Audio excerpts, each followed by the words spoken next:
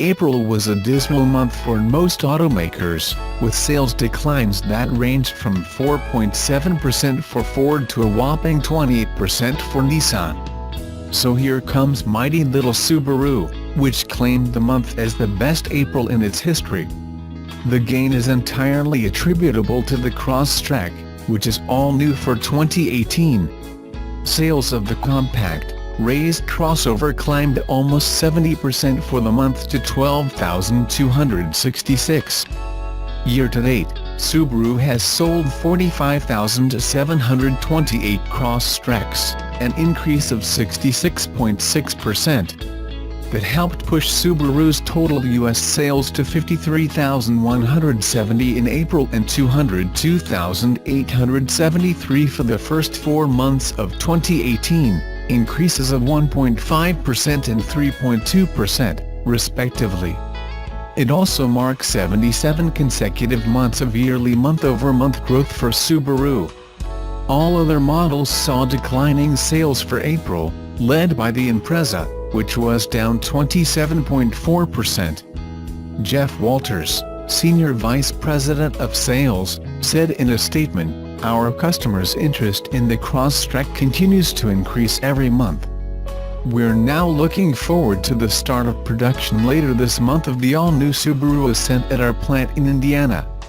The 2018 version of the Crosstrek went on sale last August, featuring a new 2.0-liter flat-4 engine, stiff new chassis, more ground clearance and the EyeSight suite of safety technologies, among other changes.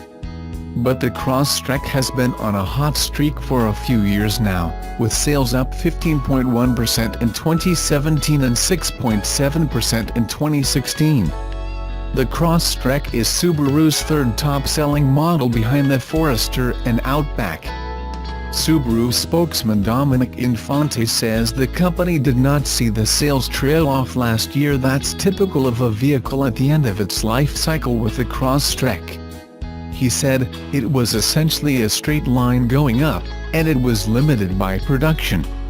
The difference," he said, "is that Subaru is now able to make more of them." The company last year shifted production of the Impreza to its plant in Lafayette, Indiana, to free up capacity to build more Crosstreks at its plant in Gunma Prefecture, Japan, which underwent a major retooling. The Indiana plant now builds the Impreza, Legacy and Outback after the expiration of a contract in 2016 with Toyota to build 100,000 Camry sedans annually. Production of the new 3-row Ascent crossover will start in Indiana in May, following a $140 million expansion at the plant, according to Automotive News. The vehicle is due in showrooms in June, Infante said, with sales of 60,000 expected in the first year. About the Ascent, Infante said, "We're very positive.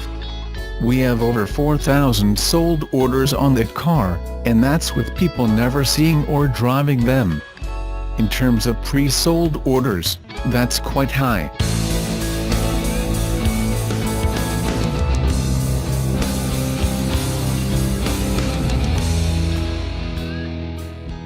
The new Nissan Leaf has revitalized sales of the Japanese automaker's flagship electric car in several markets, including its own home market and in Europe, but it has yet to have a significant effect on U.S. sales.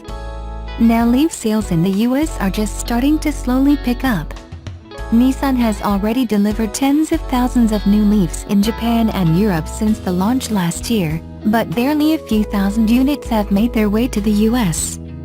During the Leaf's heyday in the U.S., which was in 2014, Nissan was delivering as many as 3,000 Leafs per month in the country. Sales have seen reduced to just over 1,000 units per month, and that crashed to just a few hundred units per month since the new Leaf has been unveiled. The Japanese automaker has since started producing the new generation Leaf in the U.S., and sales are slowly going back to normal levels.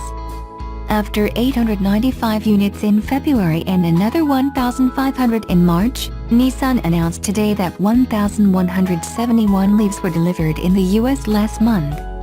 It's nothing too impressive, but it's still a 10% increase over the same period last year. While some EV buyers were disappointed by the new Leaf for not featuring enough upgrades, especially a lack of longer-range battery pack with active thermal management, Nissan did introduce several new upgrades without increasing the price of the vehicle. It positions the vehicle as significantly cheaper than the Tesla Model 3 and the Chevy Bolt EV.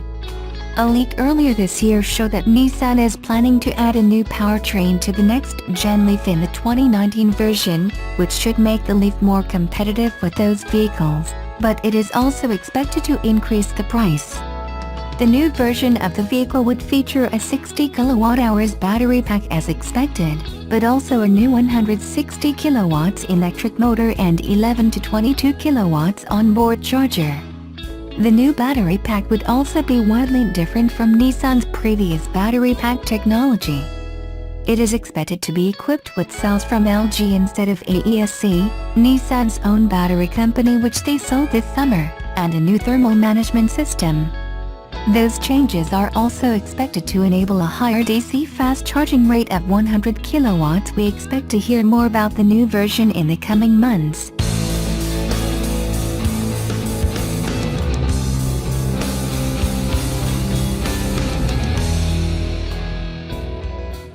This is a first for the remodeled compact 2018 Subaru Crosstrek crossover in the Russia Car of the Year Awards. It wins its first global nomination for being the best off-road vehicle in the compact SUV category, and the 2018 Subaru Forester is recognized as the most reliable car in 2018. These nominations are a big deal in Russia as they recognize the best cars in the annual national award, the Car of the Year, for the last 18 years. The voting is the largest in terms of the number of participants in any automotive competition in the world. First place is determined by readers of the Auto Year magazine and motorists. This year's voting took into account the opinion of 1,068,215 people from all over the country. The list of nominees included all models officially sold on the market. One of Subaru's core values that sets the Japanese automaker apart from the rest of the family vehicles is their go-anywhere attitude. The 2018 Subaru Crosstrek is a popular choice by the Russian people who like its all-wheel drive capabilities in the cold northern regions of the country.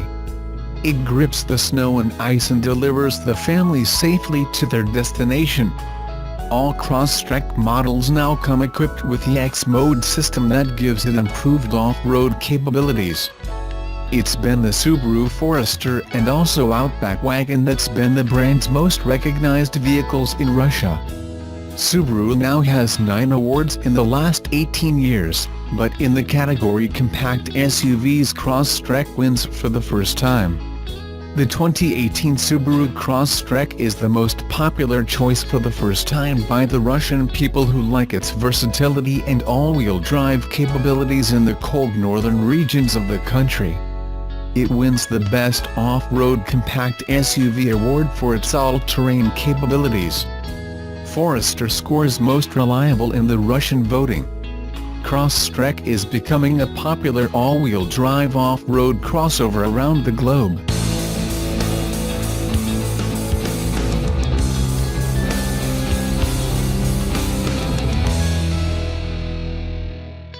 Pacific Gas and Electric Company, PG&E, recently announced that PG&E customers can save $3,000 on the purchase of a new 2018 Nissan Leaf electric vehicle, EV. This offer adds to existing state and federal discounts available to customers in California to help support the state's clean transportation goal of having 5 million zero-emission vehicles on the road by 2030. At any authorized Nissan dealership, interested customers can show a recent copy of their PG&E bill, a valid photo ID, and the flyer with the fleet certification code found here. Family members are also eligible if they prove with a driver's license that they reside at the same address as the customer on the PG&E bill. The discount is taken off the manufacturer's suggested retail price for the purchase or finance of a 2018 Nissan Leaf EV and is available through July 2, 2018. Steve Malnight, PG&E Corporation's Senior Vice President of Strategy and Policy said, electric vehicles are a critical part of creating cleaner air and meeting California's climate goals. Making it easier for customers to adopt EVs helps drivers reduce their environmental impact while supporting our clean energy future, a win for both our customers and the state. In addition to the discount offered by Nissan, other available incentives could further reduce the cost of a Nissan Leaf EV by approximately 50%. PG&E recommends customers research other discounts and incentives, including 1. Federal tax credit. Customers could be eligible for up to $7,500 in federal tax credits. PG&E recommends customers review details closely and consult a tax accountant or certified public accountant for specific information. 2. California State Rebate. Customers could be eligible for an additional $2,500 off the Nissan Leaf through the California State Rebate administered by the California Air Resources Board. 3. PG&E's Clean Fuel Rebate. PG&E Residential electric customers who are EV drivers can apply for the company's one-time $500 clean fuel rebate. The rebate is part of California's statewide low-carbon fuel standard initiative, which aims to reduce transportation-related greenhouse gas emissions by encouraging the adoption of clean fuels like electricity. 4. PG&E customers living in areas such as San Joaquin Valley could be eligible for additional EV discounts. Committed to increasing adoption of clean vehicles in the state, PG&E continues its efforts to make it easier for customers to make the switch to EVs. On PG&E's residential EV rate plans, customers pay the equivalent of $1.20 per gallon to charge their vehicle overnight. Customers can learn more about EVs by viewing PG&E's online resources and get help determining which rate plan makes sense for them. Recently, PG&E announced that its customers can save $10,000 on the purchase of a new 2017 or 2018 BMW i3 or i3 SEV through May 31, 2018. At any authorized BMW dealership, interested customers can show a recent copy of their PG&E bill in the filled-out BMW customer information form found here. Through its EV Charge Network program, PG&E aims to help accelerate the adoption of EVs in California by increasing access to charging. Partnering with business customers and EV charging companies, PG&E will install 7,500 EV chargers at condominiums, apartment buildings and workplaces across Northern and Central California, including at sites in disadvantaged communities.